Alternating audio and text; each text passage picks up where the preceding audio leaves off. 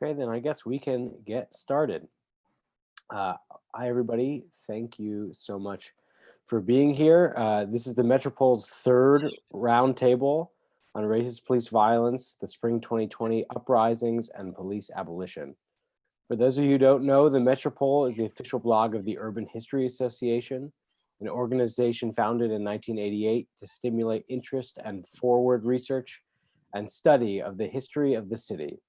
We hope you'll all consider joining Urban History Association as a member. And for more information, you can go sign up and visit our website at urbanhistory.org/membership. And you can also visit the Metropole for a lot of other great content by scholars on the history of policing and incarceration. Great, thanks, Matt. So we want to take another moment just to thank all of the people who have been showing up to participate, watch, share, and teach these events. Matt and I were junior scholars in the field of carceral studies, and we just thought it was really important to create a space where scholar activists can reflect on these issues in relation to our research in the field that we're collectively building, but like more urgently, right, to the social movements developing on the ground. So thank you all for being here for our mega panel that we have tonight. So again, just wanted to go over the format for this evening's event. If you've been with us for the past couple sessions, you already know this, so apologies, just bear with me.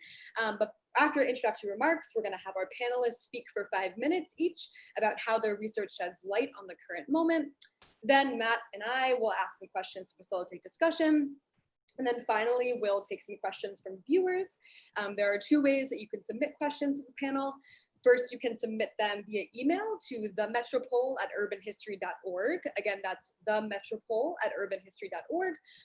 Or second, the Metropole co-editor Ryan Reft will be on the UHA Twitter. The handle is UrbanHistoryA, where you can send questions via Twitter DM. So please watch and submit questions to the panelists to help us keep the conversation going. Great, thank you, Charlotte. As a bit of a preamble, I'll say that as Charlotte and I and a lot of the panelists that we've spoken to over the last 3 weeks have pointed out, anybody who knows anything about the history of policing knows that it is necessarily an abolitionist endeavor, because to study the history of any police department is to know that it is constantly being in a state of reform, and that reform takes the form of a very, very small toolbox. Since the founding of the modern police departments, Black, immigrant, Indigenous, and queer communities have rebelled against the racial violence wielded with impunity against them. And no amount of reform has been able to solve that problem.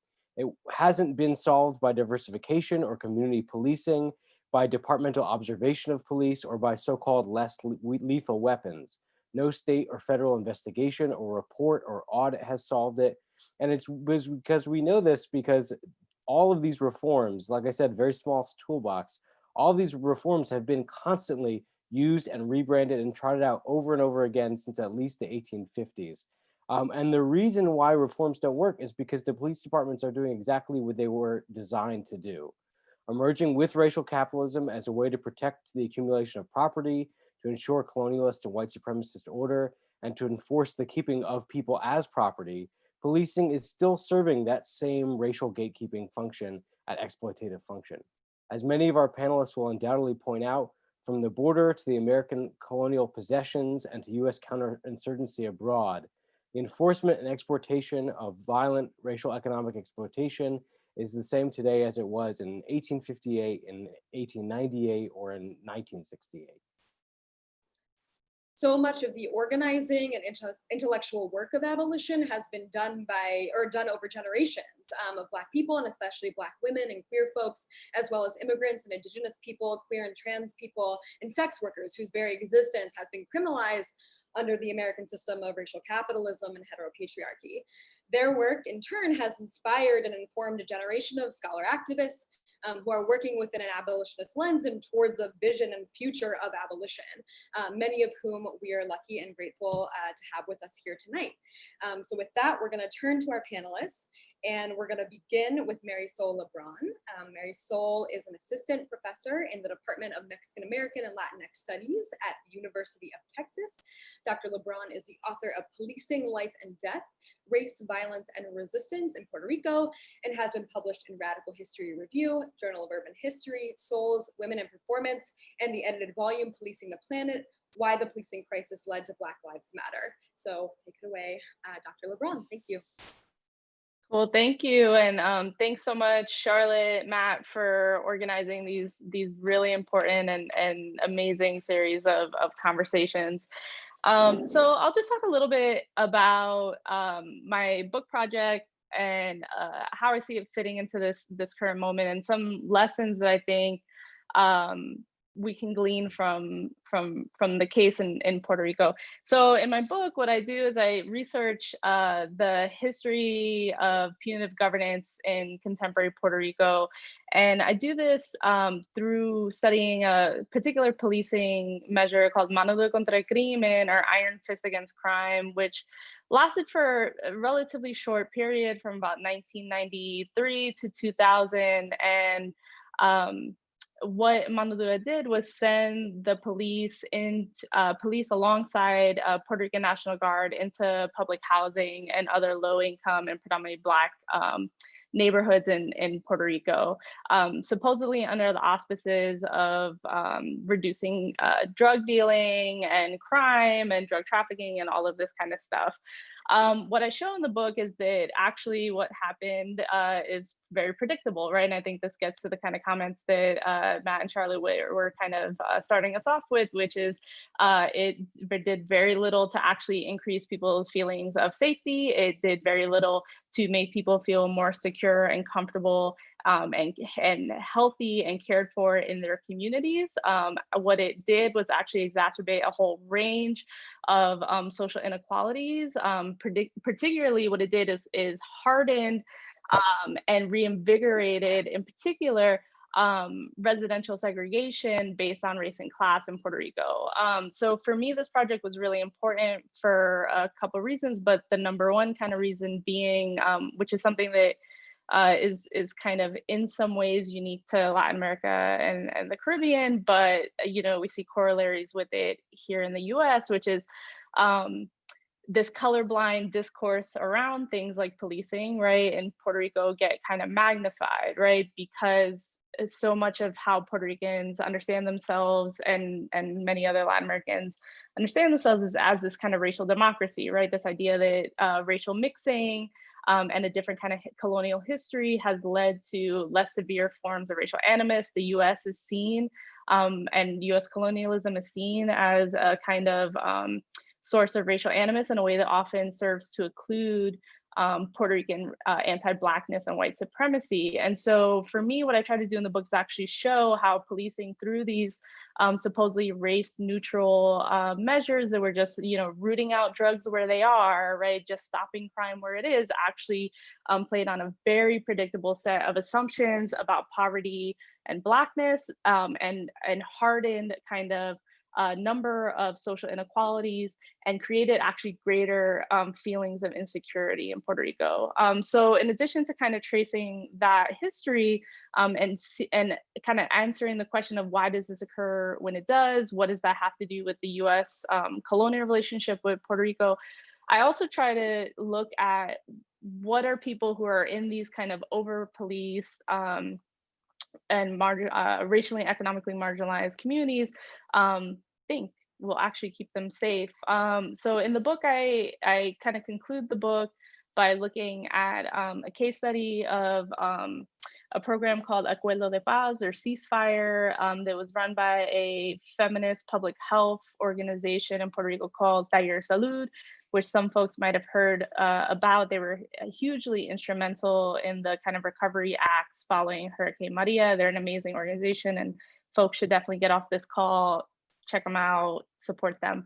But essentially, Taller Salud has been operating as a feminist public health organization for the last 40 years in a community called Loíza. And Loíza is recognized in Puerto Rico as kind of the cradle of Afro-Puerto Rican culture, as a cradle of Blackness and resistance in Puerto Rico. And along with that, then obviously forms of racial and economic marginalization. They have been subject to tremendous amounts of over-policing. When police go into the communities, they typically engage in incredibly racist behaviors towards residents. and don't necessarily solve the kind of crisis that was being provoked by local youth gangs. So Taller Salud saw the tremendous amount of young people who were being killed and who were losing their lives, and they saw that policing wasn't necessarily doing anything. And they actually talked to people and asked them what they needed. They actually figured out what was causing the problem, right? So if you ask the Puerto Rican police what was causing the problem of violence in Loíza, they're going to say drugs, because that's what the Puerto Rican police think is causing problems all around Puerto Rico. And so they realized that actually toxic ideas about masculinity, ideas about territoriality, all of these other things were coming into play, and they worked to do intervention program with these young people, using folks who had been formerly involved in the local corillos or the local youth gangs. And so what I took from that was actually, and what I, think we're going to get into tonight, and what I'll kind of leave with is the kind of idea of community control, right? And the idea of actually asking communities what they need, and what are the resources they want. And often communities that are experiencing tremendous rates of harm, right? Their number one kind of thing that they're asking for is not police, right? And they're actually asking for a whole host of other options. And when we do see these communities actually asking for police, what we see is that they understand that is the only thing that the state is willing to offer, right? So we have to really complicate these kind of ideas around the ideas that these communities are more punitive, right, which is something that kind of circulates, right? But we actually see that folks were incredibly inventive and understood kind of holistically what some of the challenges confronting the community were, which police were not interested in, right? The police were interested in this kind of quick fix extrication of people who cause harm from the community without actually doing the slow, painstaking work that feminist organizers in Loíza were doing around talking to people, getting to know them, and taking the slow kind of educational, pedagogical work to address folks' needs and so forth, right? So I'll stop there, but that kind of theme of community control is one I hope we can keep coming back to today. Thank you. Thank you so much, Marisol. That was great. And welcome, Alex, to the live feed. Happy to have you here. All right, so next we're gonna go to Dan Berger. Dan is Associate Professor at the University of Washington. He is the author of Captive Nation, Black Prison Organizing in the Civil Rights Era, and Rethinking the American Prison Movement, co-authored with Toussaint Lozier, as well as many, many other books. He also co-curates the excellent Washington Prison History Project and has his hands in many other rad things. So with that, I'm gonna hand it over to Dan. Thank you, Charlotte, for that introduction, and to you and Matt for curating this really phenomenal series. And I'm really honored to be here today, as well as after the last couple of weeks of just so many amazing people talking about all the great things that we're doing. And I guess I would just say for me that I came to study to start to sort of study the carceral state as an activist, and from my experience as an activist, seeing first, just through sort of friends and comrades, how fundamental policing and prison were to any kind of transformational politics, right? Or how fundamental a barrier they were to any kind of transformational politics.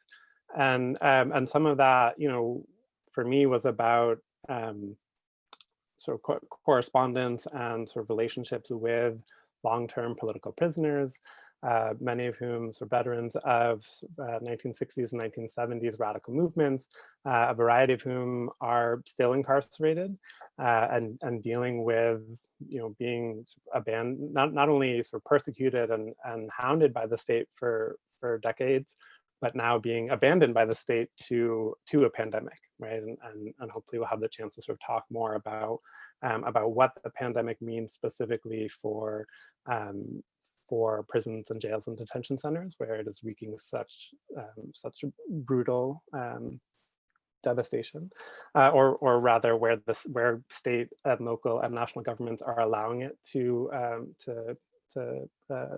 wreak such brutal devastation. And so for me, right, it was sort of understanding or starting to understand and being mentored by people to understand incarceration as being at the center of racial capitalism, but also therefore at the center of a Black radical tradition and sort of other sort of overlapping radical traditions that that emanate from that and have been inspired by that. And so that sort of project, you know, that understanding led me to graduate school. It led me to sort of conduct some of the research that you mentioned. And with Captive Nation, part of what I was really trying to understand, I would say it's one of the questions that motivated me at the beginning, and I wouldn't put it this way now, right? But to sort of inhabit my younger self, was trying to understand how this sort of dramatic, very political, very sort of self-consciously political movement inside of prisons could happen right before mass incarceration, right? And so how could we go from, you know, George Jackson and the Soledad brothers and Attica Rebellion and all of these other kind of interlinked prison rebellions to mass incarceration? And I think what that gave me, right, and how I would put that differently now is really seeing the sort of seed beds of mass incarceration being a sort of campaign of repression against the Black liberation movement, including against its expressions in prison, right? So part of what that book tried to track was the sort of foundational role that things like the expansion of solitary confinement and other forms of isolation played in trying to break apart this kind of radical upsurge in prison, right? And how incarcerated people became sort of fundamental actors in sort of civil rights and Black power and related radical movements, and how the state tried to undo that, right? And the ways that people turned towards a kind of heterodox revolutionary nationalism as a way to sort of be bigger than prison, right? To sort of maintain a kind of political sense of self and connect to a larger kind of political collective that prison could never subsume, right? Even as the ranks of prisons grew so dramatically. You know, through that project and through other projects that I've done, I've sort of always been motivated by some sense of, you know, what might be seen as a kind of people's history or a sense of usable past. And so I just want to sort of close with a second with a brief sort of explanation of the Washington Prison History Project, because that's trying to do exactly that effort, right? And this was a project that began when Ed Mead, who spent almost 20 years in prison in Washington for his membership and his role in a revolutionary organization called the George Jackson Brigade, donated his papers to the university. And it became clear sort of right away that this was not just Ed's personal papers, but that this was a larger collective effort showing how fundamental, and particularly in Washington, queer and trans prisoners were in sort of building a prison-based radical movement. And so we've tried to carry that forward with people's stories, up to and including people's reflections on the pandemic and on Black Lives Matter today. Great, thank you so much, Dan. All right, we're gonna go next to Stuart Schrader. Dr. Schrader is a lecturer and associate director of the program in racism, immigration, and citizenship at Johns Hopkins University. He is the author of Badges Without Borders: How Global Counterinsurgency Transformed American Policing. And his writing has also appeared in American Quarterly, Boston Review, Cities, Foreign Policy, The Guardian, Journal of Urban History, The Nation, Jacobin, and The Washington Post. Take it away, Stuart. Thanks so much, Charlotte. It's really great to be here with all of you. And this has been a really wonderful series of conversations. I'm so happy to be a part of it. So I'll just give a brief overview of my book and some points that come out of it that I think are relevant to the current moment. So Badges Without Borders examines the rise of the carceral state in transnational perspective, focused on police. It argues that police experts from the United States engaged in counterinsurgency projects overseas during the Cold War that were crucial to new forms of policing that emerged in the 1960s. And these were developed both abroad and at home, and in particular deployed at home in ways that I examine. And some of these include advancing new training for riot control that brought together police and military, developing new technologies. Some of these were very mundane, like portable radios or walkie-talkies. And some of them were, a little bit more nefarious and obviously on people's minds today, like tear gas. The development of new tactical repertoires like the SWAT team is another thing I look at, as well as new ideologies that informed police around proactive or preventative patrol, feeding into theories like broken windows. I show how this intersects with debates around counterinsurgency. And then finally, I look throughout the book at the development of kind of models of or blueprints of bureaucratic infrastructures that themselves fed into the war on crime and the creation of the Law Enforcement Assistance Administration, which many scholars have pointed to as central to the rise of the carceral state. So I think there's basically three takeaways that I would like to bring to the table today. And the first is what I've already implied, that I think when we talk about policing within the United States, we need to, and particularly as well talk about abolition, we need to also talk about US foreign policy, talk about the national security state, think more broadly about empire.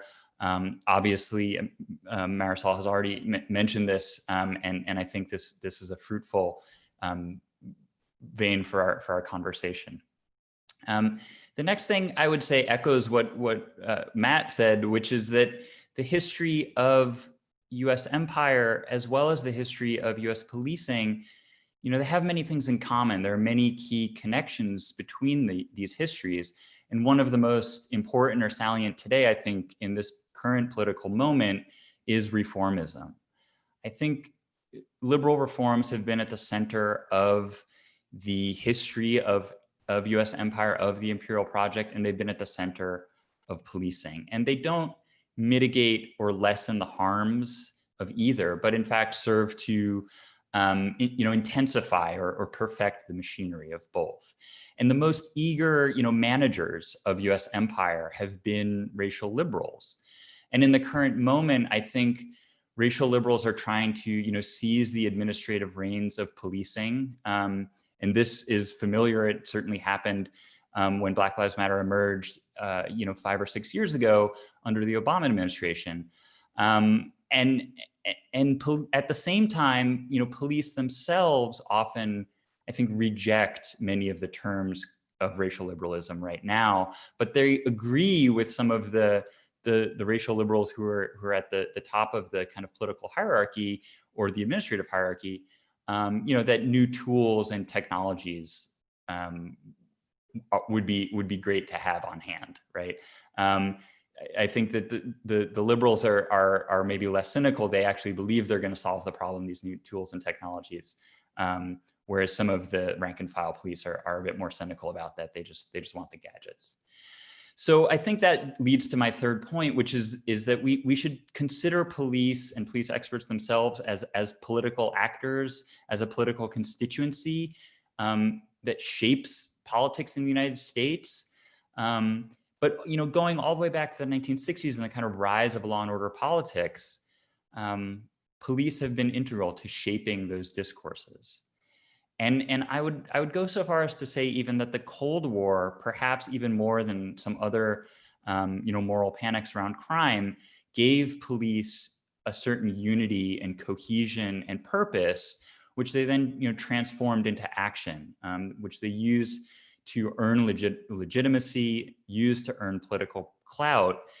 And fast forward from the 1960s to the present, and we see police really trying to wield their clout, wield their political power in ways that seem somewhat divorced from the nominal role of crime control itself. They really are just speaking and acting in very self-aggrandizing and very defensive ways. And I hope that this moment that we're in might mark the end of a certain period where, we've been going through several decades of police using their power to pad their budgets, to get a lot of resources from taxpayers. And now, people in the streets are really explicitly repudiating this this way that police have been operating politically. And it just is so perfectly encapsulated in the demand to defund police, because I would argue that this demand, and part of the reason police have been so enraged by it, this demand to defund the police gets at the heart of what the political project of police has been in the United States since the 1960s, coming out of some of these Cold War experiences I talk about in the book, which is to say, endow police with a lot of resources, a lot of technology, a lot of political legitimacy, and they will, they will solve the quote unquote problem. They haven't solved the problem, of course, we know that. And so now, protesters are being really explicit about how that needs to change. So I'll leave it there. Thanks. Great, thank you so much, Stuart. That was awesome. All right, so now we're gonna go to Dr. Kelly Lytle Hernandez. Dr. Lytle Hernandez is professor and Thomas E. Lifka Chair of History at UCLA. She is the author of Migra, A History of the US Border Patrol and City of Inmates, Conquest, Rebellion, and the Rise of Human Caging in Los Angeles, both of which won a pile of awards and accolades that are excellent books. She is also the director and principal investigator for $1 Million Hoods, as well as a MacArthur Fellow. So Dr. Lytle Hernandez, take it away. Hi, everybody. It's good to be with everyone tonight, coming to you from Tongva Chumash territory, AKA Los Angeles. I want to thank Matt and Charlotte for pulling this together tonight, and I really think it's gonna be a wonderful conversation for everything I've heard already. Matt, you talked about, history really bearing witness and providing enough evidence that police reform is a fool's errand, right? And I think a lot of us are doing that work, is bringing that evidence to bear. And Charlotte, you really lifted up the importance of racially marginalized, historically aggrieved communities being in a persistent and constant state of revolt, right, against state violence, racialized state violence in particular. So I think that's a big part of our conversation today, is the interplay between those two. I think I'm going to take a page from, I believe it was Dan, who told us a bit about your personal story. So how did I come to this work on carceral studies? I grew up on the US-Mexico border in San Diego, California during the 1980s and the 1990s, during both the war on drugs and the war on immigrants. And I was a young Black kid in a majority Black town, watching what was happening to Mexican immigrants with the Border Patrol. That the Border Patrol at that time, before Operation Hold the Line and Operation Gatekeeper, would come into our communities and would pick out people who looked brown and who looked poor, right? And pull them off of buses, pull them out of transit stations, pull them out of school. And some people would come back and some people would disappear forever. I didn't come from an immigrant family, but that terrified me as a child, these disappearances that were happening all around us. And I loved my friends and I loved my neighbors, and I wanted to understand why this was okay, why this was something that was acceptable and that was happening on a daily basis. So in many ways, I come to this work from really the traumas of childhood, right? Now, as I grew older, as I hit about that age of 13 or 14, and as a Black youth on the border where the war on drugs was really at a very high pitch, I began to experience other forms of policing around the war on drugs, where I was pulled out of school, where I was taken in, where our parties were broken up, where my friends were being shot. And I began to understand there was a story of racial violence that was linked, but I couldn't quite figure out how. And I have spent my entire career trying to unravel what is that linkage, right? And learning that there's even much more at play, learning a lot from radical Indigenous scholars about the importance of occupation and colonization, to providing one of the foundations to what is to come. So I've spent my career thinking about colonization, occupation, enslavement as the foundation of racialized state violence. And I've done that in a variety of ways through Migra and through City of Inmates, largely focusing on the US-Mexico borderlands, my homeland, and on the American West. More recently, I've taken up more contemporary work. I came out of publishing City of Inmates, which is focused on LA, and I learned intensely and intimately from local organizers, and I was compelled to get much more engaged with the contemporary work. So working with local organizations, at that time, what has now become the Justice LA Coalition and many other orgs, we built together a big data project called $1 Million Hoods. And what $1 Million Hoods does is we collect arrest and jail data from across the state of California, but in particular in Los Angeles County. We clean that data, we prepare that data, and then we work with community to ask questions about what are the trends that we're seeing in our neighborhoods with policing and incarceration. And then we produce reports that quantify, document how much local authorities are spending on locking up ourselves and our neighbors. And we identify new trends in racialized policing and extraction that's happening in our communities. So $1 Million Hoods, if you go to millionhoods.org, you can see our maps that show every community where more than $1 million per year is being spent locking up local residents. There are many, there are over 30 such communities here in Los Angeles. We show that those are disproportionately Black and brown communities, no surprise to anyone here, I'm sure, watching. But we also talk about the various forms of extraction that have happened through the money bail system, bail bond deposits. We document new trends, escalating trends of policing houseless Black individuals in particular, unemployed Black individuals in particular.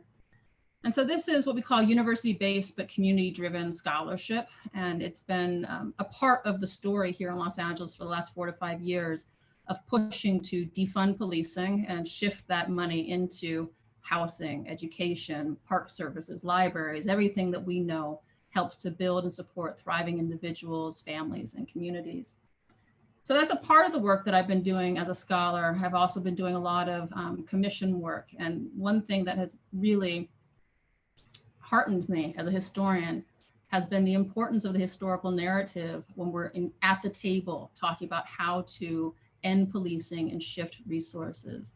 And it's in my experience doing that work that the history, the evidence that we all bring to bear is some of the most compelling evidence that police cannot be reformed. It is a fool's errand and it must be abolished.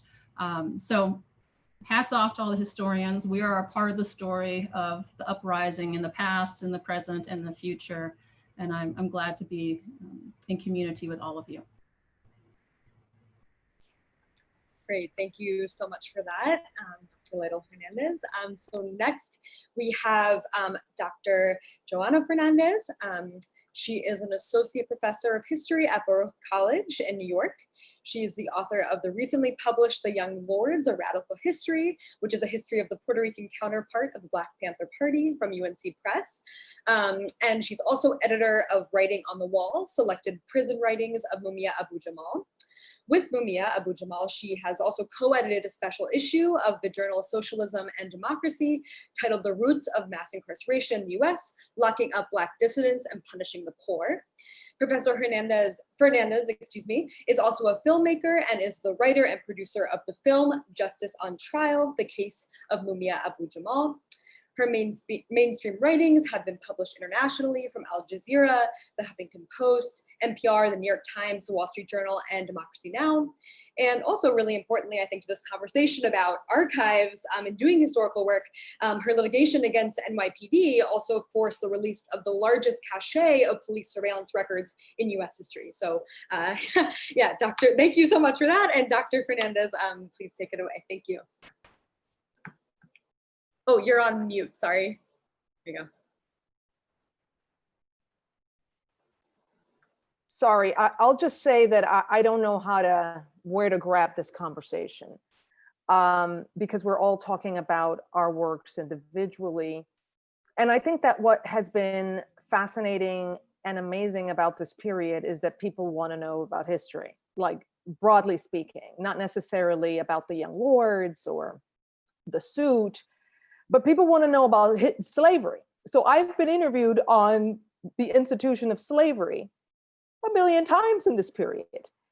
And I teach 20th century US history, but I actually start with, with the Civil War and a little bit before the Civil War. And drill in on that moment and the counter-revolution that was launched by the old planter class when it was invited to rebuild society, something that doesn't ever happen in history, as a way to understand the racialized character of the problems. I guess I'll say, in terms of origins, something that bears repeating, which is that in 1860, the practice at law in North Carolina wrote this about the slave patrols. And we know that the slave patrols were the first police entities in the United States that were later deployed up north to essentially put down workers' uprisings. This law book essentially establishes that if the slave patrol is to apprehend the slave, they are to beat the slave 15 times. If the slave dares to assert their humanity and fights back, they should be beat 30 times.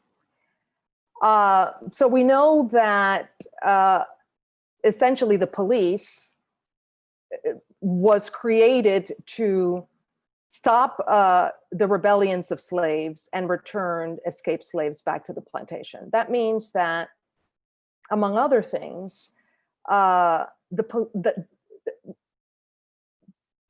anti-Black violence and violent white supremacy is part of the DNA of the police.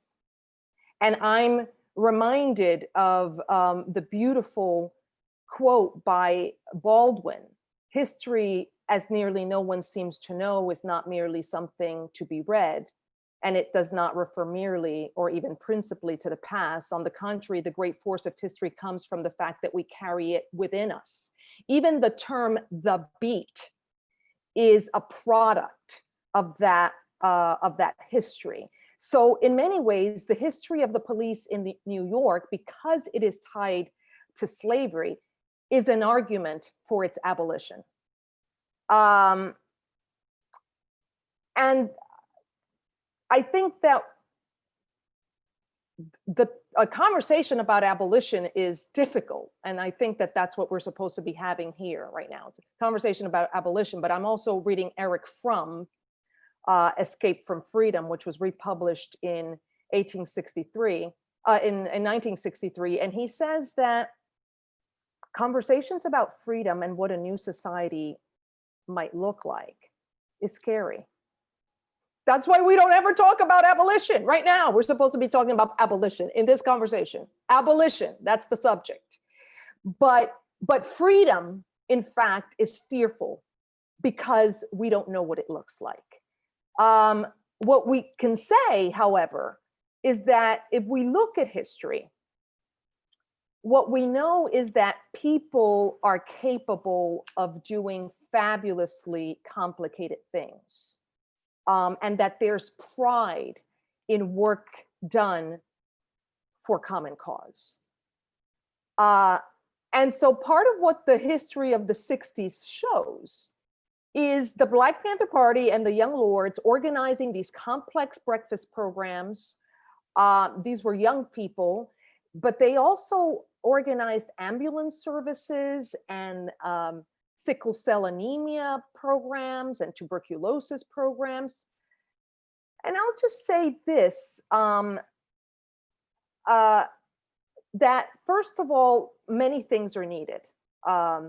Organization is absolutely essential to any imagining of a new world or creating the new world in the ashes of the old. You need organization, and that organization needs to shift the terms of debate. And that has happened through the work of Critical Resistance and Angela Davis. We're even talking about abolition is a product of that systematic work that took organization. You need vision. So you need to create a vision of what things might look like, to give people a sense that this is not crazy thinking. And you need a concerted effort to influence our understanding of the crises, the ways in which the system is not addressing the crisis or meeting need. And you need propaganda that changes the dominant narrative around the issue. So you need examples of how to do it differently. You need propaganda to challenge dominant ideology. You need organization. And that's essentially what the history of the 60s demonstrates. I'll end with this. I don't know if you all know about Freedom House Ambulance Service. You probably do. This is a beautiful example of what abolition of police might look like. So you probably know that before EMT, what people did when they needed to go to the hospital was that they called the cops, and the cops literally took you to the hospital in their car. Well, that didn't work out too well for Black people, as you can imagine.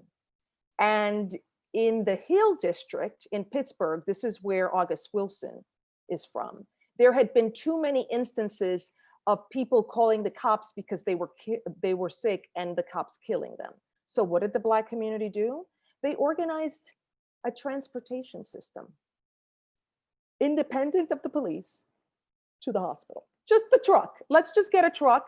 Let's make it comfortable and let's take the person to the hospital. Of course, there was organization, a number of people came together, but what else happens is that at the same moment that they're doing this, there are doctors at the University of Pittsburgh Medical School who are beginning to explore pre-hospital care as a way of saving lives. So what ends up happening is that the doctors come together with the people in the community and they develop the known EMT truck and gadget with all the CPR things inside. And what they did was that they trained unemployed people in the Hill District to become the first EMT workers. So the first EMT workers were Black unemployed people from the Hill District in Pittsburgh. That is just one example of what's possible. That's a complicated operation. And that history is now forgotten. But ultimately, conversations about abolishing the police can't happen in a society that produces crisis and poverty and inequality. So the abolition conversation is part of a greater conversation about the organization of society, the fact that imprisonment is the third largest employer in the United States. That's a structural problem that is kind of going to get in the way of building a different kind of response system to crisis that is not about punishment, but about the resolution of social problems. And I know that my 60 seconds, okay, I think my time is up. I'll come back later. Yes, please, definitely. We'll have lots of time to keep going. That was really great. Thanks so much, Dr. Fernandez. Perfect. Okay, and so last but certainly not least, we have Dr. Alex Vitale, who is a professor of sociology at Brooklyn College and coordinator of the Policing and Social Justice Project. Professor Vitale is the author of City of Disorder, How the Quality of Life Campaign Transformed New York Politics and the End of Policing. His academic writings on policing have appeared in Policing and Society, Police Practice and Research, Mobilization, and Contemporary Sociology. He is also a frequent essayist whose writings have appeared in the New York Times, Washington Post, The Guardian, The Nation, Vice News, Fortune, and USA Today. So without further ado, Alex, take it away. Thank you. Thank you, Charlotte. And it's a real a pleasant surprise to be among historians, because I think, building on what Joanna said, I think of myself as more of an organizer and a propagandist these days, since so much of the end of policing is not based on truly original research, but kind of bringing together examples and analysis and historical research and repackaging it in a way that makes it useful for a movement. And that really has been, that was the strategic idea behind the book in the first place. So let me give a little background about how I got here, as others have done. So I started, in a sense, doing this work 30 years ago when I was working at the San Francisco Coalition on Homelessness. But at that time, I didn't think I was going to have anything to do with the criminal justice system. My undergraduate studies had been in kind of urban affairs, and I was looking at, urban enterprise zones and community-based housing developers and economic development strategies.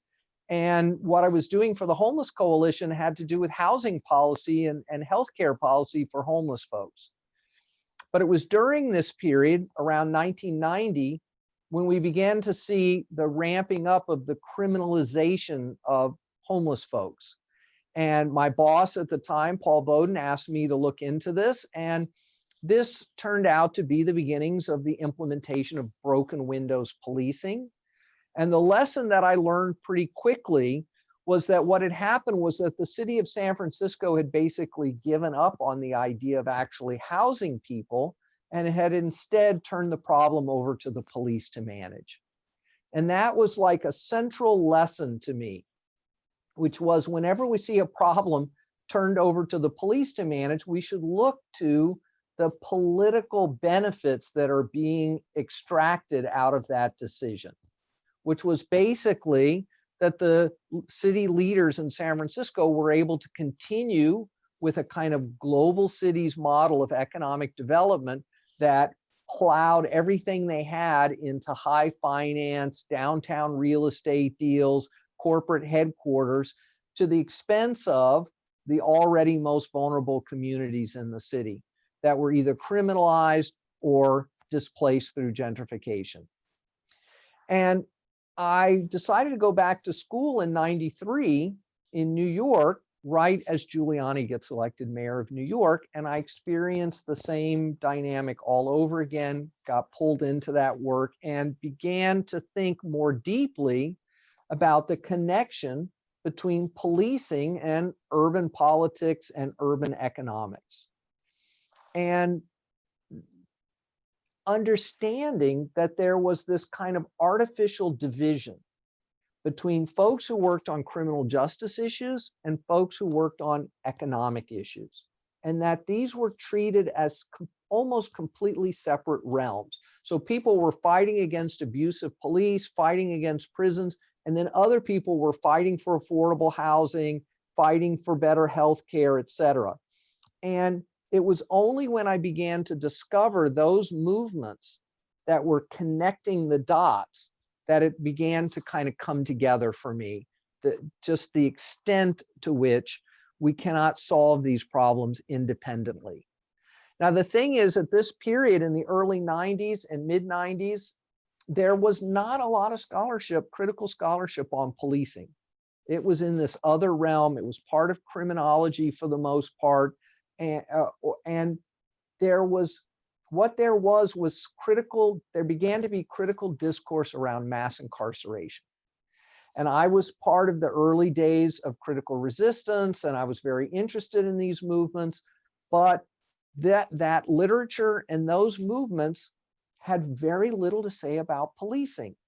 And this seemed problematic to me. And so the end of policing was an attempt to bring policing into that conversation, to say that we cannot solve the problem of mass incarceration unless we go back to the community level and look at the ways in which criminalization, which feeds mass incarceration, is rooted in urban politics, state politics, national politics that are about devastating already vulnerable communities and papering over that problem through mass criminalization.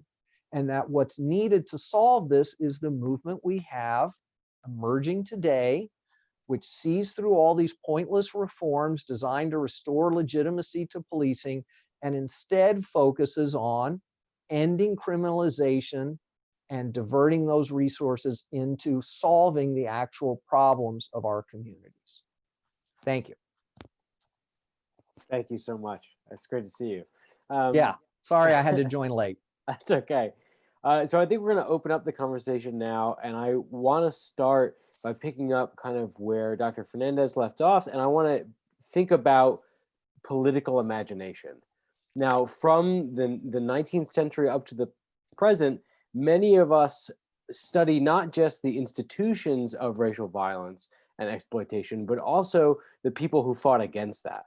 And many of those people, from indigenous movements to the Young Lords, were able to envision and do a lot of the political imagination work about what a society without policing would look like.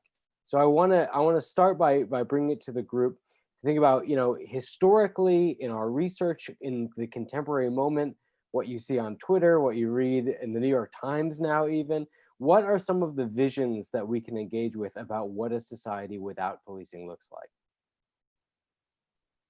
And if anybody wants to pick it up, you can raise your hand on Zoom or just wave at me and we'll get the ball rolling.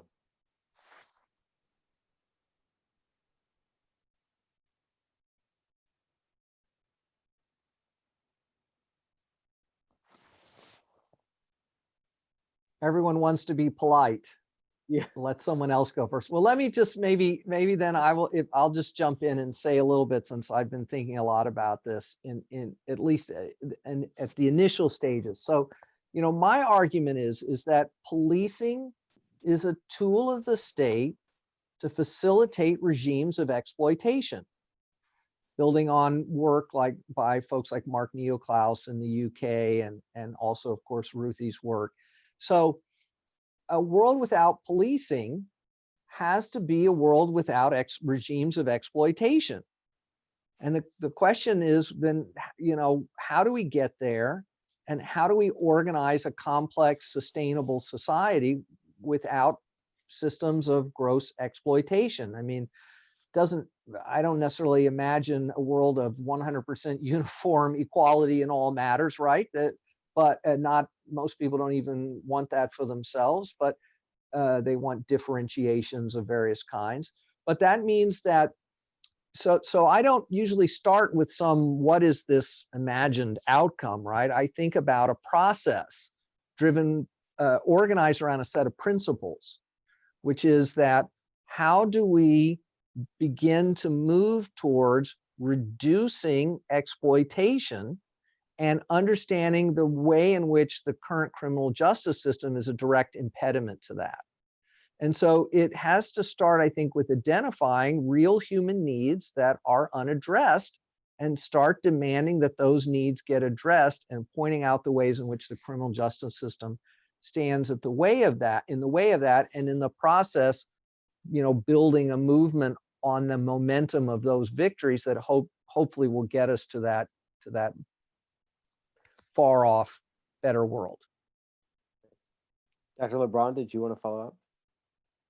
Yeah, I've been thinking about this a lot in terms of what are the things that are abolitionists that don't necessarily travel by the sign of abolition, right? And so I've been thinking about this a lot in the context of Puerto Rico, but I think it's relevant for our discussions here as well, which is the term abolition doesn't necessarily have a ton of cachet in Puerto Rico, right? It's not something that it's in the lexicon in the same way that I think it is here in the U.S. And I've been thinking about that a lot. Why is that? And one of the things that I've been thinking about is what are all the other things that are actually super abolitionist impulses and horizons that are just called other things, right? And I think so in terms of thinking through this historically, but also thinking through what is the contemporary organizing that folks are doing. And for me, one of the things that I've been thinking about in terms of what would abolition look like in Puerto Rico, or what does abolition look like in other places outside of the US, right? Because I do think the US kind of conversation sucks up a lot of the air in the room around this topic, is decolonization, right? And I think this goes back to something that Stuart said, and something that I think is super apparent in Joanna Fernandez's book and in Kelly Lytle Hernandez's books, right? Which is we need to deal with these questions of liberation, of abolishing colonization, and abolishing that is part of an abolitionist project, right? So we think about how much of these processes of criminalization is rooted in this kind of colonialist exploitation, right? Or it is an afterlife of this colonialist exploitation, right? I think we're having a different kind of conversation than a lot of people think we're having, which is around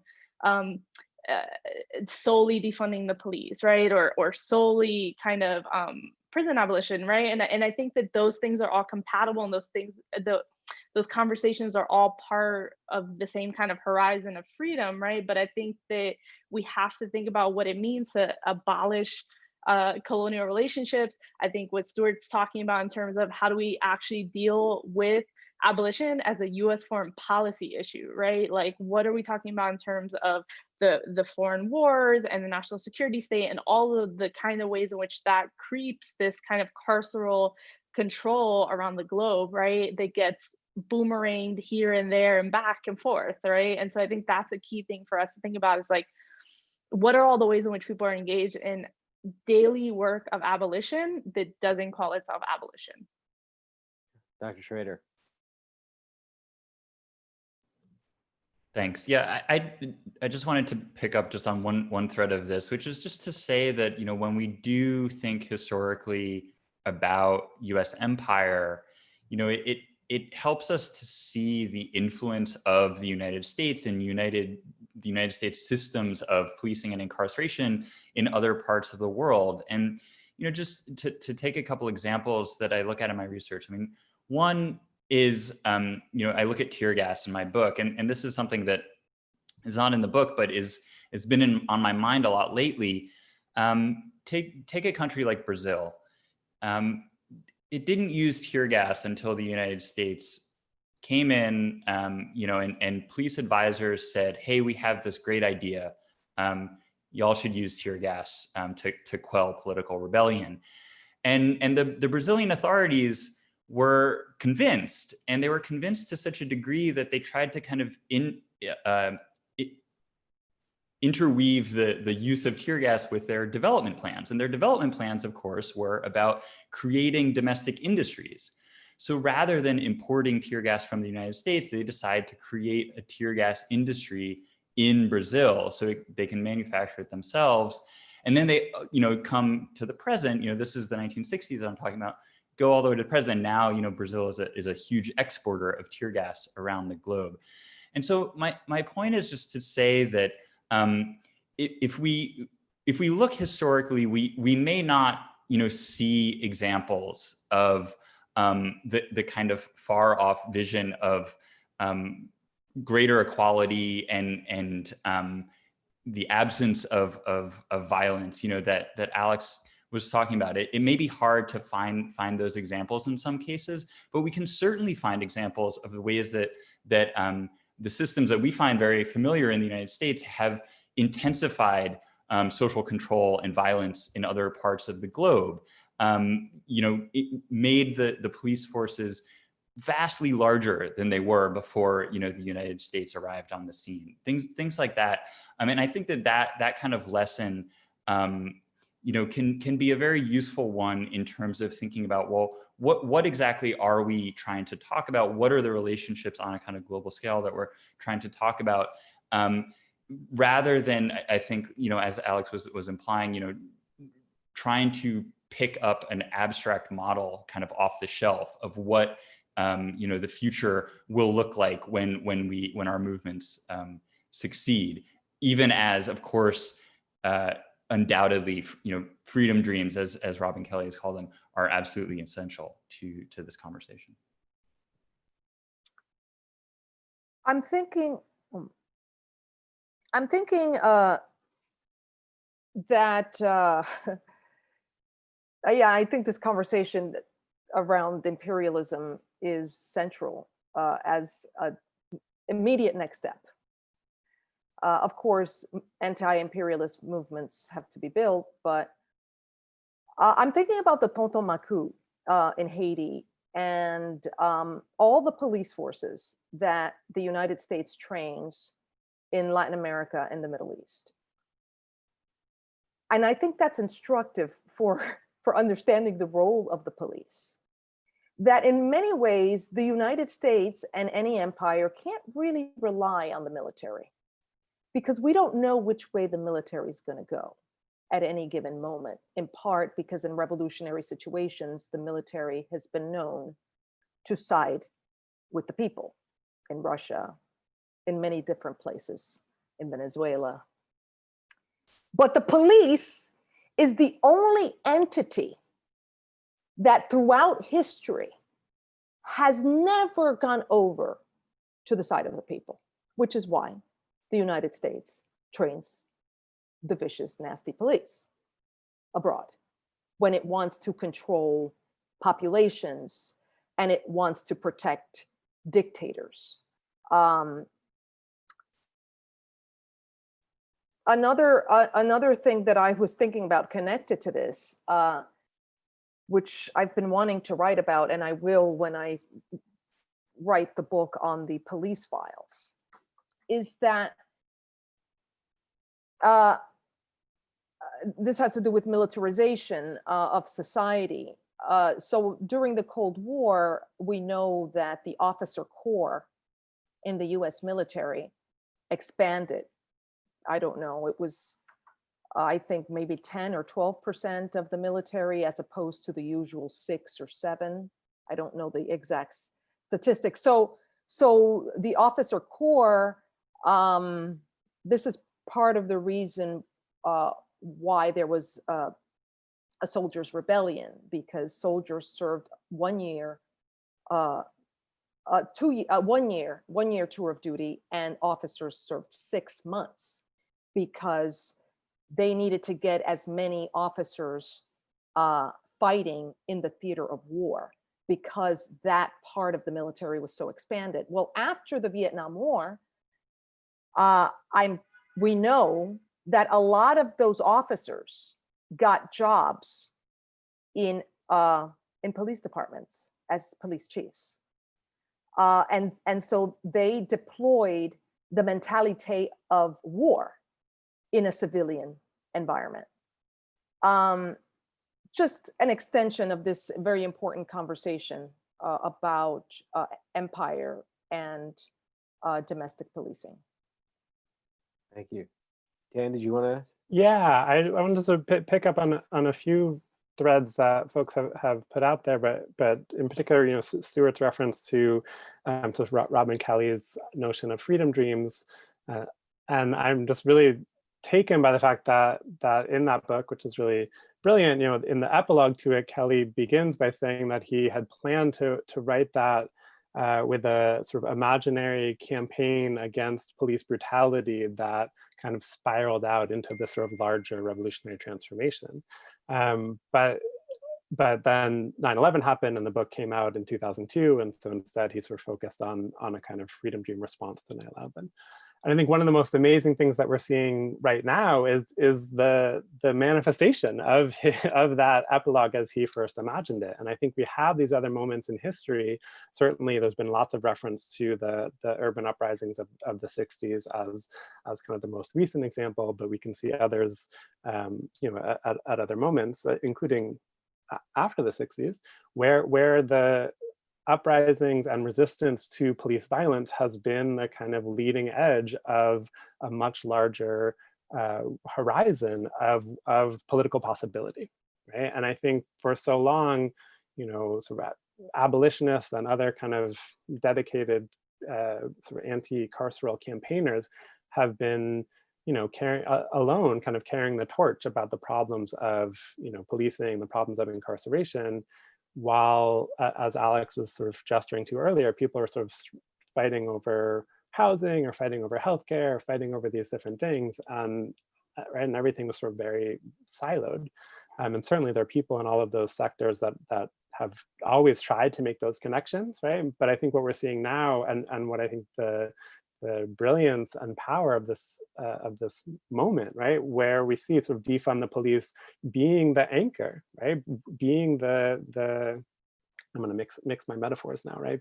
Being the kind of spearhead to this much larger kind of political horizon that not only upends the last 6 decades of greater police power, but that upends the neoliberal order, right? And upends it from the left in a like radical liberatory way, right? Which we haven't seen. And I think just as policing and incarceration was so fundamental to instantiate that order, right? So too are we seeing these kinds of dramatic and exciting upsurges really give us that sense of a freedom dream, right? And I think it's an exciting moment, right? And I think it calls on us to recognize what's so exciting about that moment, right? Right, which means lots of people in motion for the first time, alongside lots of very experienced organizers, right? And lots of experienced thinkers, and what can happen out of that interchange, right? Is I think it is a quite auspicious, if still unknown, kind of horizon. Thanks so much. So kind of building a little bit off of some of the themes that came out in these answers, as scholars of not just race policing or the police, but also of more broadly, right, like racialized state violence, how do we as abolitionist scholars, as abolitionists, theorize the opportunities and the limits provided by the state? I'm thinking especially about Elizabeth Hinton and Deonza Cook recently argued in a really amazing synthesis of the literature on mass criminalization of Black Americans in the annual review of criminology, that there's this, kind of like through line of an anti-Black punitive tradition that is kind of central to American governance, right? Not just in the realm of criminal legal administration and policing, but just kind of like broadly in how governance operates. Again, not necessarily a surprise to anyone here, but like an important synthesis to pull out as we do the public scholarship around the history of policing and the future of abolition. So I guess I just wanted to kind of pose a question of like, what we do with the state, especially in thinking about how these really important calls for defunding the police then also prompt questions about, well, then what do we fund, or where do we fund, or what is the next move? So yeah, would love to hear from anyone who wants to kick us off on that question. Yeah, Dr. Hernandez, yeah. Yeah, I'll jump in really briefly. I mean, I think that many of these questions that we're getting right now are false questions, that we've been doing this work for quite some time, that the platform for Black Lives is quite clear about what needs to happen in terms of investments to squeeze out and shrink our need on policing. I know we're getting these questions everywhere. The Breathe Act is quite clear about what needs to happen to create the conditions for abolitionist society. Here locally in Los Angeles, we literally have spent the last year creating a blueprint for squeezing out and reducing any need on policing. That's the Alternatives to Incarceration work group, plus the Black Lives Matter People's Budget and many other activities. So, there's a lot of work for us here. Maybe this is Alex as the propagandist, right? About closing the divide of knowledge between all the work that we've been doing, right? Not just in the last 5 years, but in the last 20, 30 years, Angela Davis, critical resistance, but closing the knowledge gap about what really needs to happen. Because we do have blueprints, we do have plans, we have more than just pipe dreams and visions, right? Which is what we're being dismissed as having. And so I think it's a lot of the work that we need to do now is communicate that more clearly, press that more firmly. And I'll leave it at that.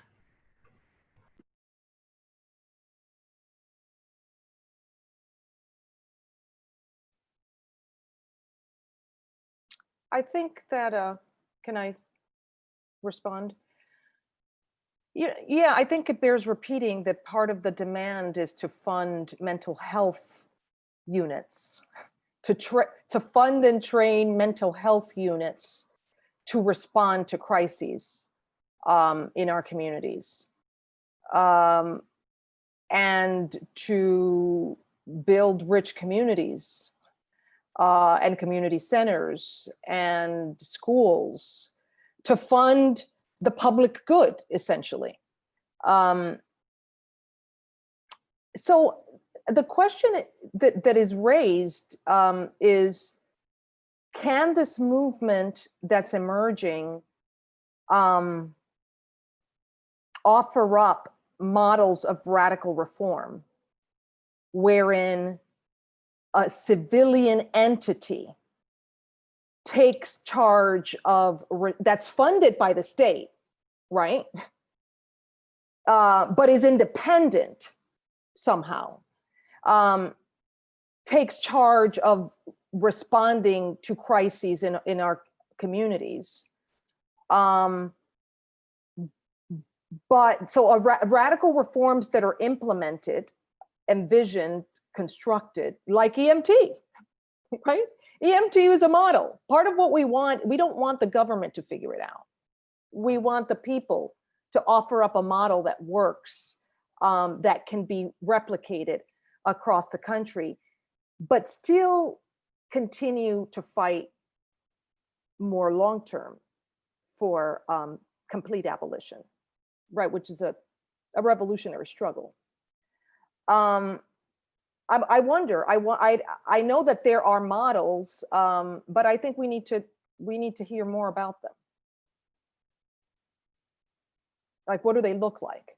I'm also thinking, this is what I wanted to say earlier, that ultimately this conversation is about redefining democracy. What is democracy? Because part of what we're saying is that we can't give the job of protecting us to an entity in the government. We kind of have to do it ourselves. It has to be a grassroots process, which is a very difficult thing because a lot of people, I mean, most of us don't have jobs. How is this going to happen? But I know that there are all kinds of experiments about reorganizing society in places in Chile and Argentina, even in the context of the oppressive capitalist state. Great, thank you so much. I think, Alex, you want to jump in? Yeah. Yeah, I mean, I think that Joanna's sort of signaling this, but the challenge, I think, for this movement, and one that I struggle with, right, is that the state is not just going to give us these completely reasonable things that we're asking for. They may give us some pilot programs, and they may give us get some police out of schools because there's a legitimacy crisis, and they have to make some adjustment that sending the riot squad is not working, repression is not working, and so we're going to win some stuff. But that doesn't automatically lead to these bigger transformations. And it runs the risk of being its own form of reformism.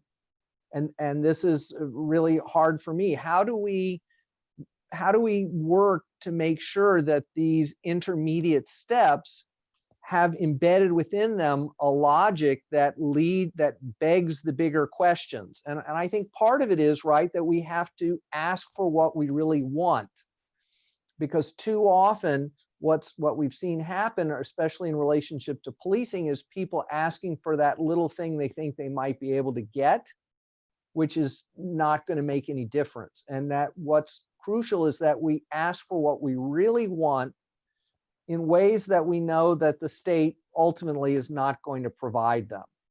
And then we have to build on those contradictions to say, well, why won't the state give us basic health and safety? What is it that what other interests are they serving, since this is the interest they claim to be serving? Great. Yeah, thanks so much. I think what you just said reminds me of abolitionist organizer and scholar Miriam Kaba often talks about how, we have to ask for the impossible to get the half possible, right? So I think part of the work, this is more of a strategy conversation, but is informed by history that the sort of always asking for what you think is logical or you think you're gonna get is actually not the move, right? And in fact limits you and just ensures that we're kind of stuck in this hamster wheel of reform and ultimately intensified racial violence. Marisol, you were next. Yeah, take it away.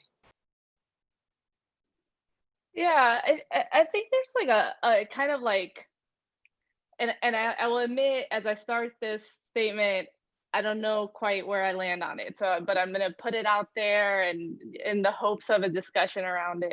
And my feeling is that my comrade Dan actually has some fantastic insights on this. I'm hoping he'll jump in also. But I think there's a larger question about, as Jonna said, right? If we have a racist capitalist state, is part of our conversation around abolition of the state, right? And so I think this is a higher kind of order, larger, messier, difficult conversation, right? About when we're talking about abolition, I think there's a split, right? We're not necessarily all talking about the state in the same way, right? I think we have anarchist colleagues and comrades, right, who would argue that the struggle around abolition is about the struggle to abolish the state as we know it, right, which is this capitalist racist state that reproduces harm, that its entire reason of being is harm and differentiation and exploitation through differentiation, right? So, and I think about this in terms of some of the kind of historical examples where we see when, and thinking about, I think, some of Alex's comments around reform, right? When we have seen these moments where the state has been empowered, not necessarily through a policing function, but takes on these incredibly punitive carceral modes of policing citizens and non-citizens, right? And so I think, we have historians of disability studies and folks who are doing amazing work on kind of the history of child welfare, right? Who would say those were not necessarily police organizations or functions, right? But that took on those carceral functions, right? So I think that is a kind of sticky, thorny question that we get, right? We abolish the police, and the reform from the state by funneling these incredible resources and trust in a certain sense into the state, right, is that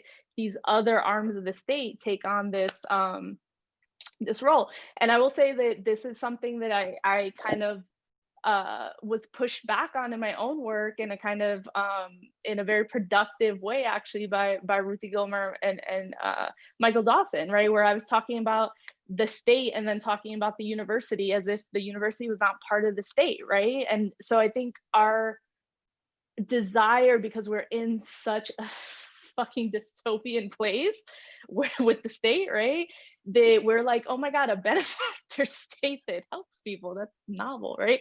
And so, but I think we have to be really careful about the ways in which, we're all, I think as folks who are in but not of the university, a desire, we believe in public education, we believe in all of these kind of social goods associated with that, right? But we know that the university is an incredibly punitive space, whether there's cops on campus or not, right? That's about disciplining labor, disciplining racial subjects, disciplining different gendered subjects, right? And so I think there's a really difficult question there, right? That I agree with kind of Kelly, that the blueprints we have moving forward are ones we should go for, right?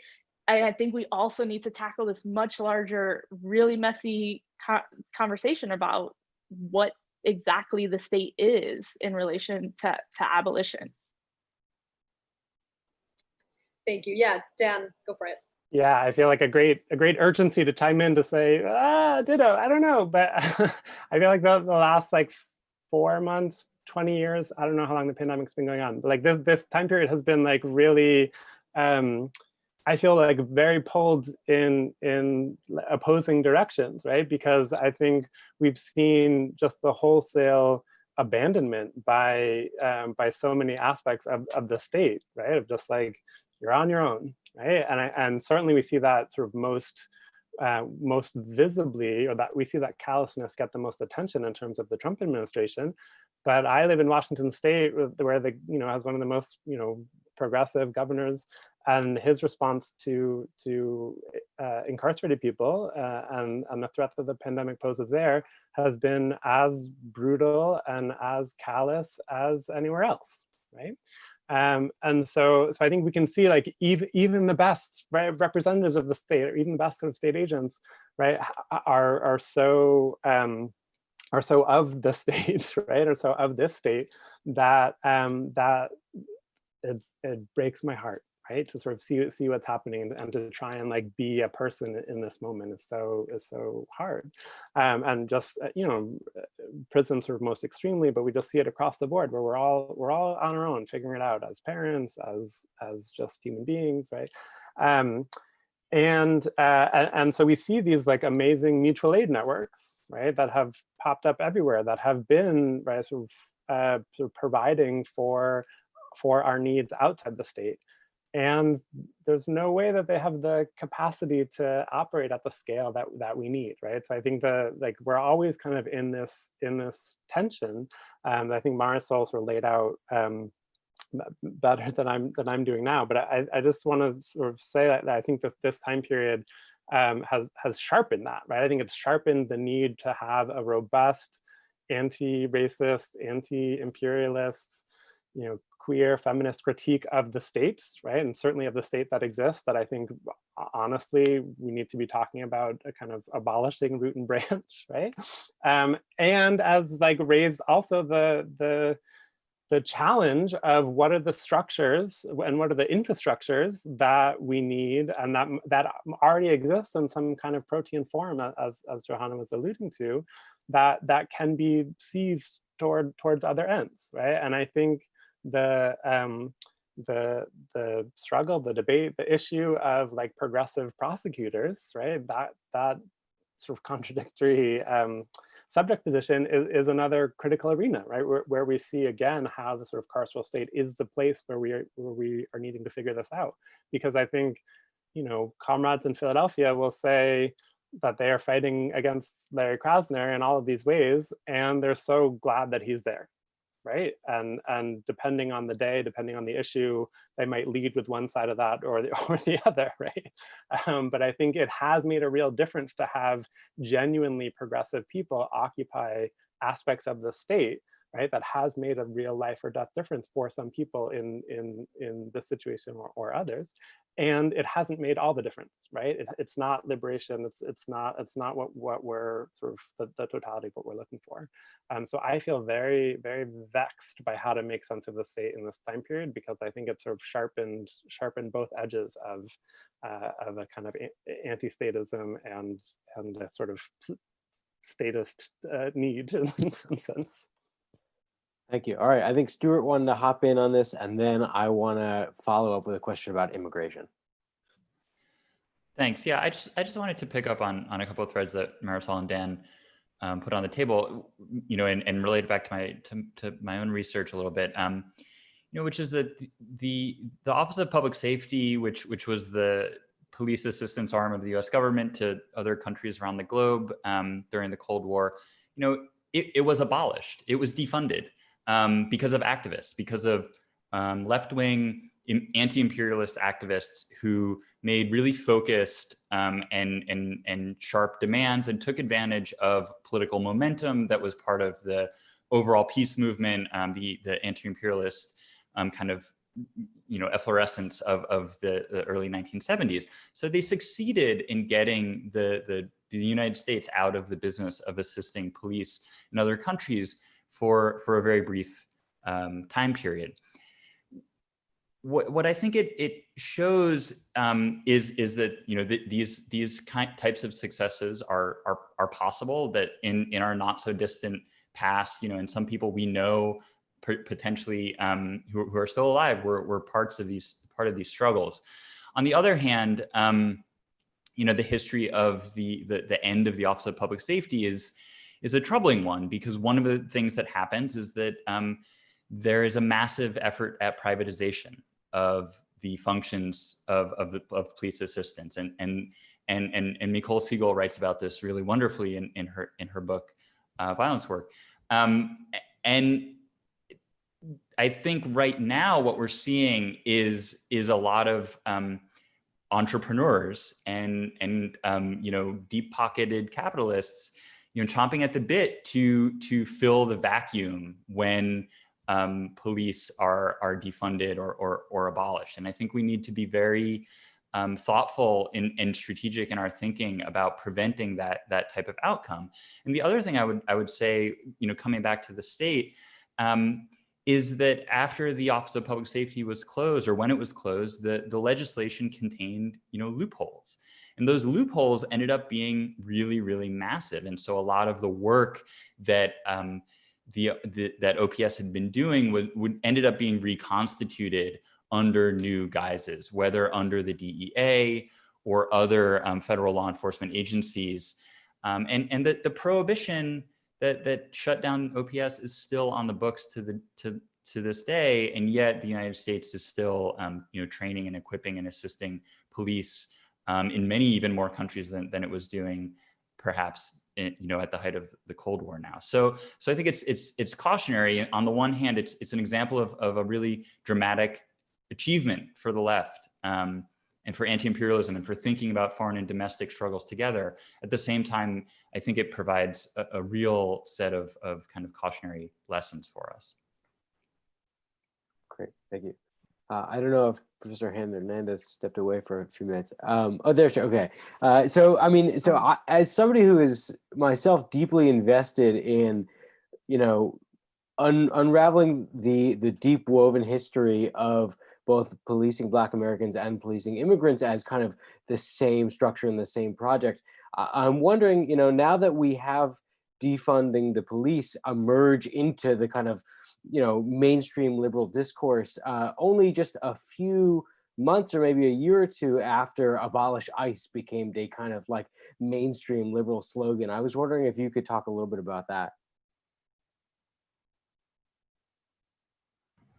Oh, I guess I would say ICE is the police, right? There really is no distinction. It's all part of the police state. So I think we all need to get a little more clear that we're talking about the same set of entities, that we don't need to silo them out. It's different trajectories that lead into a shared experience around policing.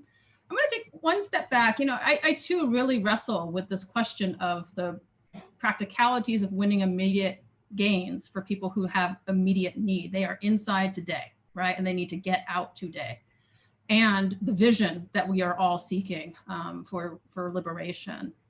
And I haven't figured it out either, Marisol, and I don't know if any of us really have. If somebody has, please let me know, because I really need some guidance on this. But what I've been doing a lot of thinking about is, maybe as Dr. Fernandez has pointed out, at minimum, the three kind of things that need to happen. A radical divestment from policing today, right? So we don't need cops policing traffic violations. We don't need cops policing mental health issues. There's a lot of stuff, right? Immediate, sensical, radical reduction of policing. At the same time, or maybe ahead of, is a radical investment in Black people, Black communities, Black institutions that needs to have no question about it. A sort of massive infusion of empowerment of Black and marginalized communities. And the other thing is redress. And that's where these big questions happen: reparations, redress, dealing with the deep roots of what we're grappling with. Where we're going to end up on the state on all that, I'm not entirely sure. But I know in our conversations here in community, we're talking about how to balance and do all three of those things together or in conversation with one another. And different areas are ready to move more quickly on one of those three and are moving quickly. And I certainly strongly encourage that, without ever forgetting or leaving behind the other two pieces that need to happen at the same time. So I think I just wanted to head back to that, and I would simply argue that ICE is the police, Border Patrol is the police, and we are having a very similar shared conversation, and it's time to stop making false distinctions. I'm thinking that we are back to abolishing the police. Thinking that, and I imagine Alex and others know the statistics, but a police officer interrupts a crime in progress like once in a million years. It doesn't ever happen. It doesn't happen. And there are entire swaths of American society that don't see police, like the suburbs. So cops are not there to provide safety. If they actually contribute to violence. They contribute to inter-gang violence. They pit people against each other. They do all kinds of nefarious. They're a gang. Literally, there's so much corruption that we are back to the same. It seems that independently of funding communities and hospitals and schools and providing jobs, we could actually, that needs to be a demand, that just like the suburbs don't have police, cities don't need police. We need something else. Because cops are not stopping crime in progress. I mean, this is about us, in fact, believing what we're saying, right? This is what it boils down to. And it boils down to a deep, granular understanding of the role of the police and the state.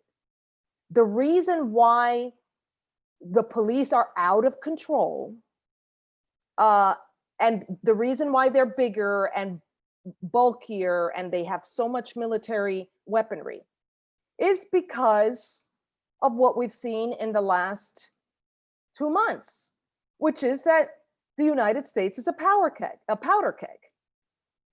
Because for the last 50 years, there's been a massive transfer of wealth from the bottom of society to the top.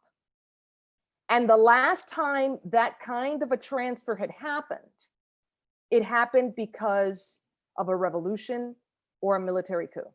And in the United States, it happened without a peep, in part because folks were convinced that the problem was law and order and Black people and immigrants, not the deeper crisis. So of course, in a society that's this fundamentally unequal, disproportionately people of color, but white people are not living high on the hog either. You're going to have police, because ultimately these upheavals are going to have to be put down. And they have been. We've seen it.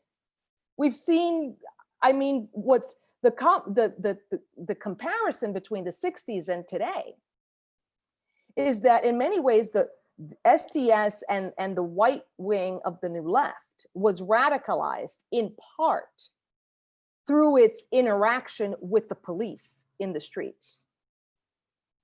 And what we're seeing here in New York, in Minneapolis, in Chicago, in Philadelphia is a similar process, wherein white people who have a completely different relationship to the police than people of color are seeing firsthand and feeling with their bodies who the police are, which this is a radicalization process among the people in the streets is taking place, because everyone who's out in the streets does not have a systemic and deep critique of the state or even capitalism. So that brings us to the question of capitalism, right? And the relationship between capitalism and the state. I mean, it's pretty, imagine communities, we know they came together. Two peas in a pod. So in the academy, not of it, I'm sure we're breaking all the commandments.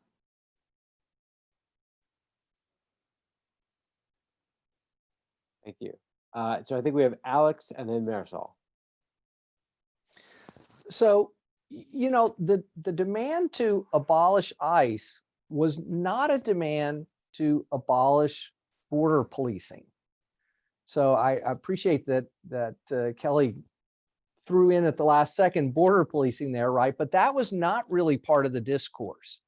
This was about not harassing people who were already here. The project of abolishing border policing is much more radical and is rarely discussed and gets to the heart of some of these questions about imperialism, right? Because we need to think about abolishing America, and as we understand it, right? And one of the ways to do that is to abolish the border. And that's part of why it's so scary, right? And of course, why it is such a symbol for Trump to reinforce the border, because he's trying to protect this idea of America in all its toxicity. And so if we're serious, right, about a vision of anti-colonialism, anti-imperialism, of internationalism, then abolishing border policing has to be at the center of that.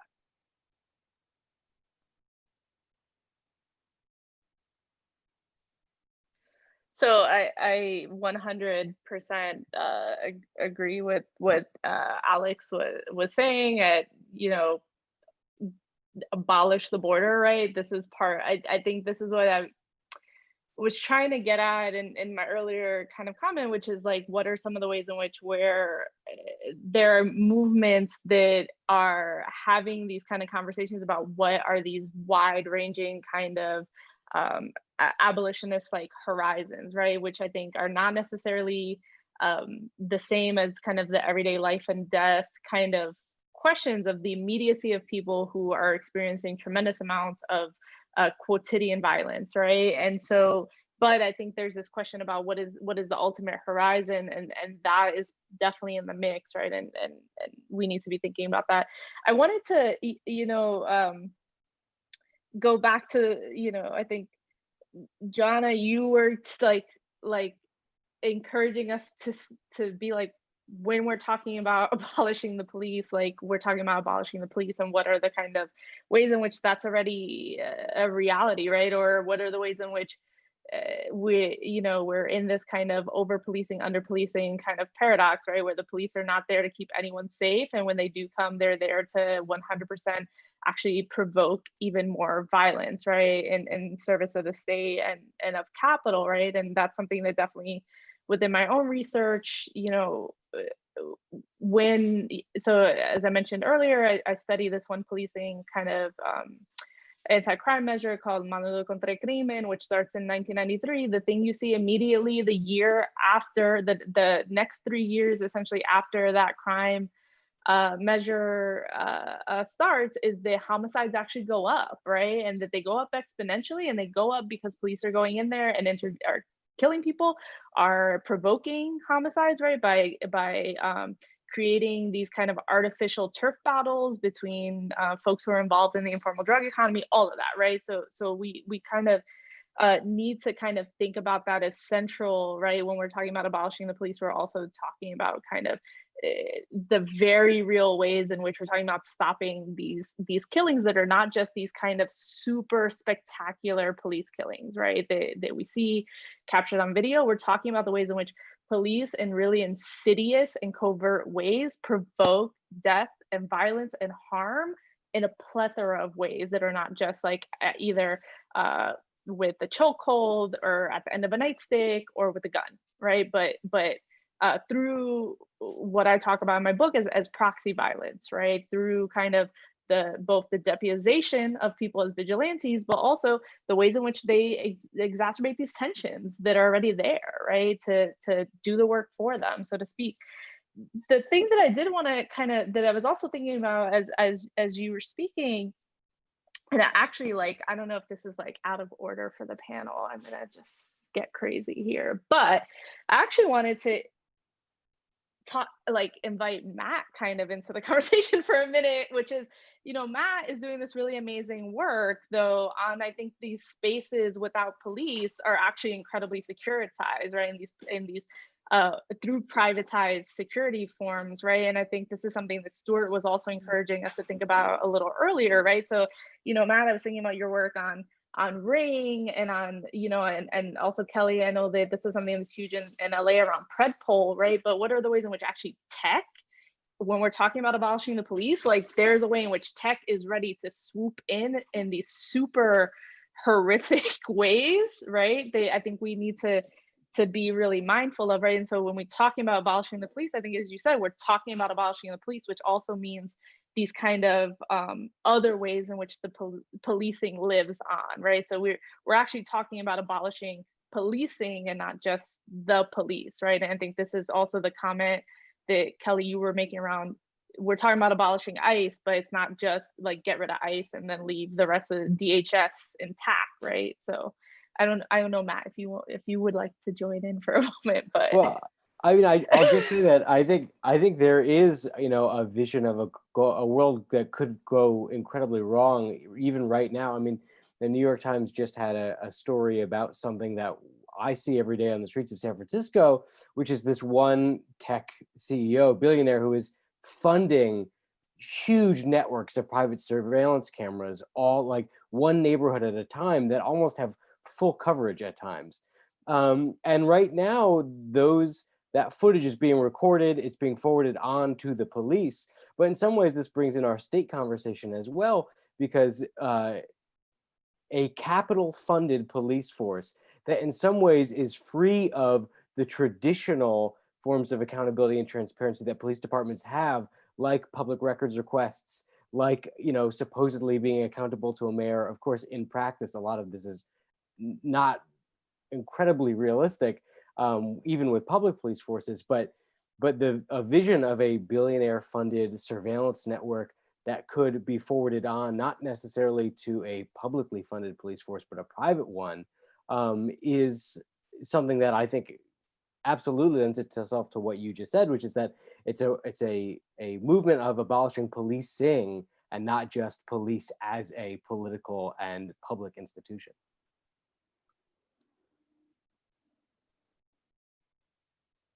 Yeah, Dan. Yeah, thanks. I also just want to add to what Johanna was saying, which is that police are all over the suburbs too, right? That Michael Brown was murdered in a suburb, that Eric Garner was murdered in a suburb. I went to a like posh public high school in suburban South Florida that had armed police officers, right? That when I was a junior, they pulled a gun on a kid skipping class. When I tried to organize a like activist conference my senior year, like cops came to my house, cops like came to the conference and tried to shut it down, were harassing people. Right? So I think the police-free suburb is like a product of the carceral imagination of the suburb, right? Right? That like, come live in the suburbs, it's like tranquil and perfect. But actually the buildup of police power only works because it's so expansive that it is everywhere, right? And I think it's not to say that like, you know, what was happening to me in like Boca Raton, Florida is the same as what was happening in Miami or in West Palm, which had like youth curfews, right? There's certainly like gradations of violence, but I think at the heart of police, right, and of policing is that it is this like ubiquitous form of violent control, right? And I think we have to also attend to the ways that is true in suburbs, both because of the ways that gentrification has changed who lives where, and that policing have both produced and followed those processes, but also because I think that that was a very radicalizing experience for me. Like growing up in the suburbs was awful and miserable, and like was a definite way. I mean, like part of how I had those relationships with some of the political prisoners is I was like looking for some escape from the suburbs, right? It's like, let me write some letters, and so I also think we have to like understand, you know, this is more abstract, but I think the kind of carceral space of the suburbs is like very, you know, immediately violent in a number of instances, but is also potentially a radicalizing one. And I think part of what this moment is doing is sort of shedding light on that allows us to really rethink not only the kind of allocation of budgetary priorities, but also to rethink space, right? And who gets to move through space and how. And I think that's actually a conversation that's happening in suburbs as well as in urban areas, which is exciting. Stuart? Yeah, just to kind of tie a few threads together, you know, a friend of mine who's a parent, they're in the suburbs, their kid, you know, posted some, you know, Black Lives Matter, anti-police stuff on their, you know, Instagram or something, and the local police department, you know, called the parent and said, you know, I want you to come down, bring the kid down, and let's have a conversation.